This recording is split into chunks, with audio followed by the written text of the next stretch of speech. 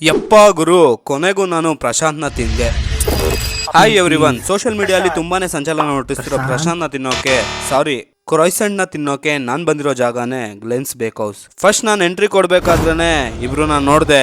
ಒಬ್ರು ಒಳಗಡೆ ಕೆಲಸ ಮಾಡ್ತಾ ಇದ್ರು, ಇನ್ನೊಬ್ರು ಹೊರಗಡೆ ಕೆಲಸ ಮಾಡ್ತಾ ಇದ್ರು. ಇನ್ನು ಇವರ ಆಂಬಿಯನ್ಸ್ ನೋಡಿದ್ರೆ ಇದು ಬೇಕ್ ಹೌಸ್ ಅನ್ನೋ ಫೀಲ್ ಎಲ್ಲೂ ಬರಲ್ಲ. ಆ ತರ ಬ್ಯೂಟಿಫುಲ್ ಆಗಿ ಡೆಕೋರೇಟ್ ಮಾಡ್ಕೊಂಡಿದ್ರು. ಇನ್ನು ಇಲ್ಲಿ ವಿಧವಾದ ಕಪ್ ಕೇಕ್ಗಳು, ಗ್ಲಾಸ್ ಒಳಗಡೆ ತರತರಹದ ಪಫ್ಗಳು, ಸ್ಟ್ಯಾಂಡ್ ನಲ್ಲಿ ಅಲೈನ್ ಮಾಡಿದ ಕುಕೀಸ್ಗಳು, ಸಮಯವನ್ನು ಉತ್ತಮವಾಗಿ ಬಳಕೆ ಮಾಡುವ ಭದ್ರತೆಗಳು. ಇನ್ನು ಇಲ್ಲಿ ನಾನು ಫಸ್ಟ್ ರೆಡ್ ವೆಲ್ವೆಟ್ ಹಾಗೂ ಚಾಕ್ಲೇಟ್ ಎಗ್ಲೆಸ್ ಕಪ್ ಕೇಕ್ ನ ಟ್ರೈ ಮಾಡಿದೆ, ಚೆನ್ನಾಗಿತ್ತು.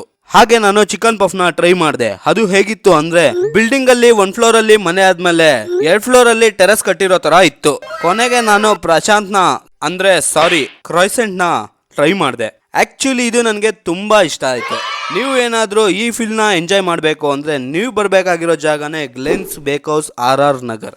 ಇನ್ನು ನನಗೆ ಅಮೌಂಟ್ ಬಂದು 351 ರುಪೀಸ್ ಆಯ್ತು. ಇದರ ಎಕ್ಸಾಕ್ಟ್ ಲೊಕೇಶನ್ ಡಿಸ್ಕ್ರಿಪ್ಷನ್ ನಲ್ಲಿ ಮೆನ್ಷನ್ ಮಾಡಿರ್ತೀನಿ. ಇನ್ನು ಇದೇ ತರ ಕಂಟೆಂಟ್ಸ್ಗೆ ಅರೌಂಡ್ ದ ವೈಬ್ಸ್ ನ ಫಾಲೋ ಮಾಡಿ. ಹಾಗೆ ಈ ವಿಡಿಯೋ ನಿಮಗೆ ಇಷ್ಟ ಆಗಿರೋ ಯೂಟ್ಯೂಬ್ ಅಲ್ಲಿ ಒಂದು ನೋಟಿಫಿಕೇಶನ್ಸ್ ನ ಕೊಡಿ. Thank you.